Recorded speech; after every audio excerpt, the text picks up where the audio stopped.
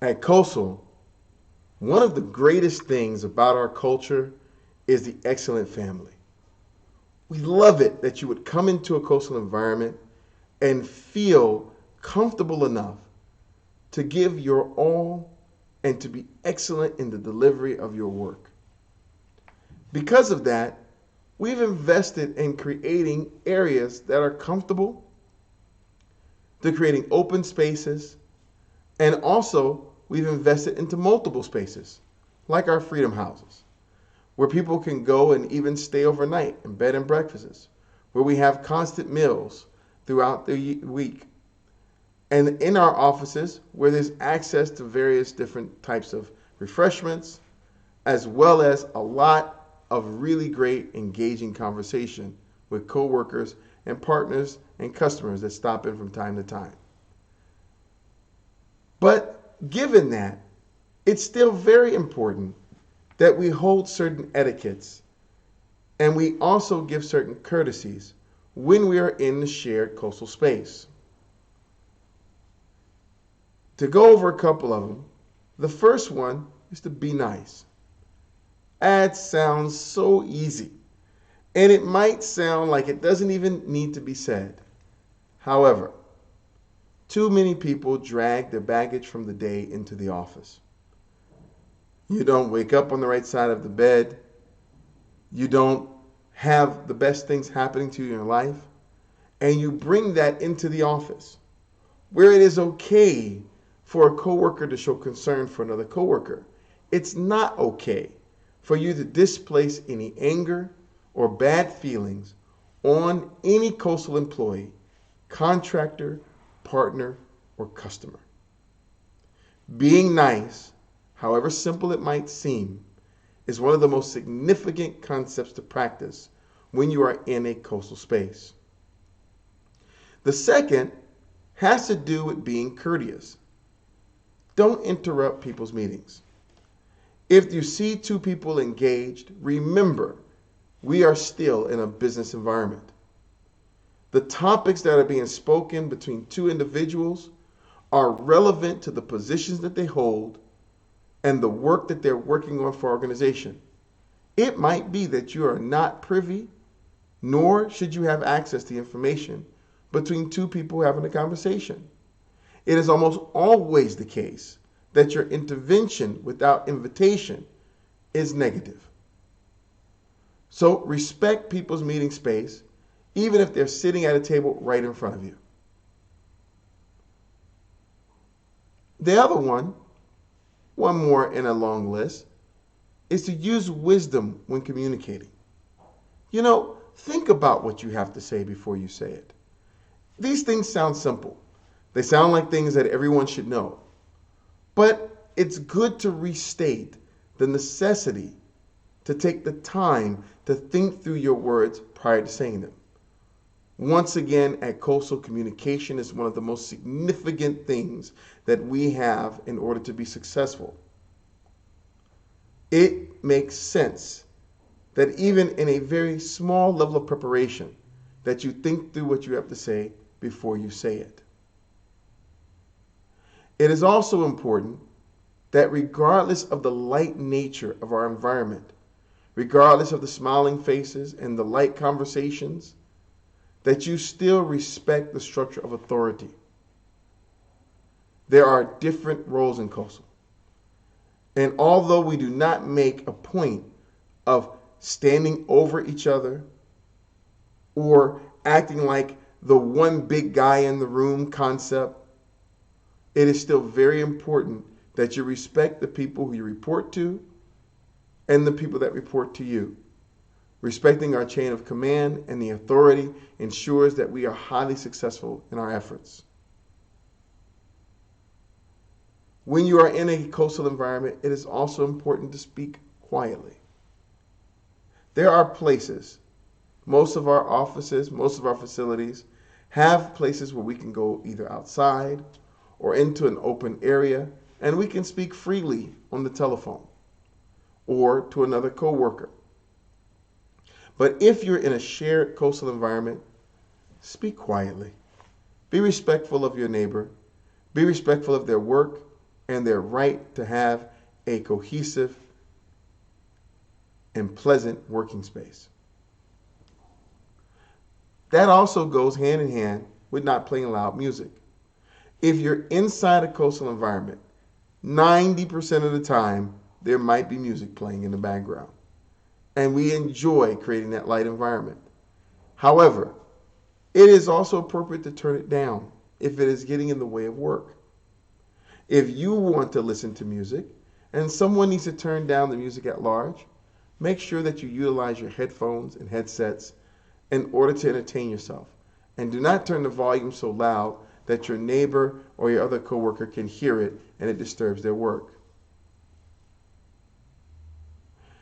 The other very key element is, and I know that this might sound simple, and I know a lot of people do it, including myself. Try your best not to pace the room when you're on the phone. I know this seems simple. A lot of these are simple etiquettes, but they're really important. Every call you get while you're at work at QOSIL, we appreciate that you take the time to communicate with our partners, customers, and other involved parties. However, when you start on one side of the room and you pace to the other, you disturb the work of others so that they can no longer focus on their work and create similar value in their space. So if you have a phone call where you feel the need to walk around and move around, just exit into the public spaces and do so there and not around your coworkers. Another one, and I know, like I said, like all of these points, they seem a little overkill, but it cannot be understated the necessity to clean up after yourself. You must clean up after yourself. A filthy environment is a space where work does not happen.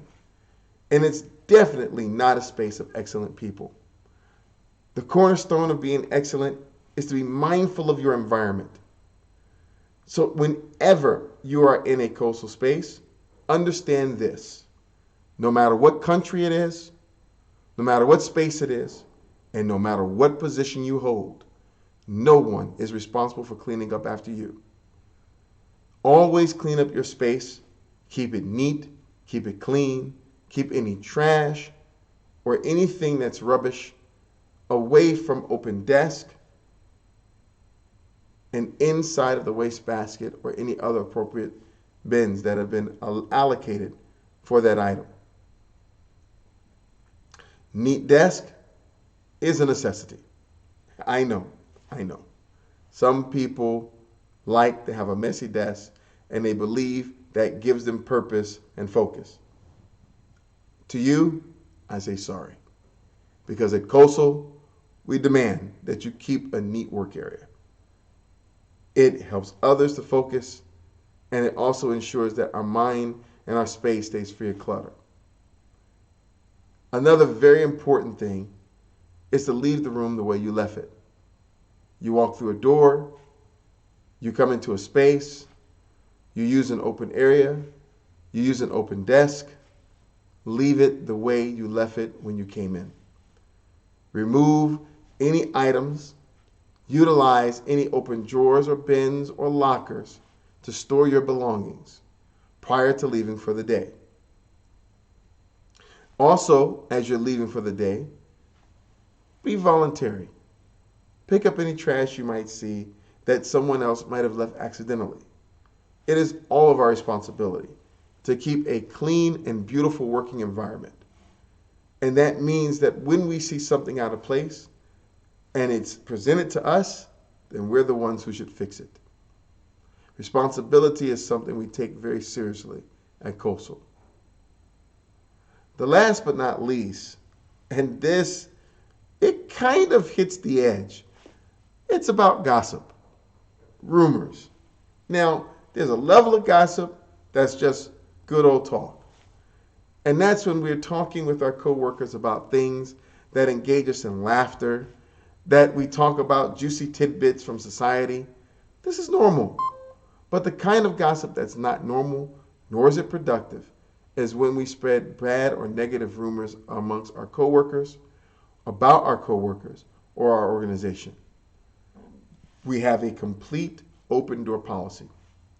As a leader of the organization, I can tell you that you have full access to me as long as you follow the proper communication etiquettes. You can come and resolve any rumor at any time.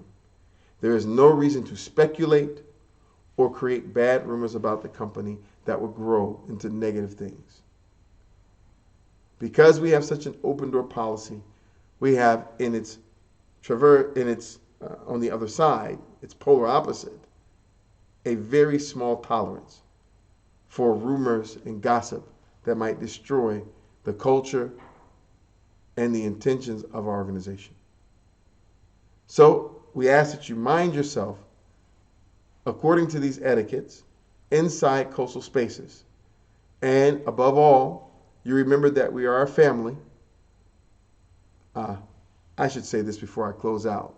You know, we did have an incident where in the past, people have asked, how do I follow all of these rules and still feel like a family? Well, how do you follow the rules in your mother's house and still feel like a family? How do you follow rules with your spouse and still feel like a family? Every relationship dictates a set of etiquettes and rules. And you should never feel like following these rules then inhibits you from treating the space like the excellent family we choose to be.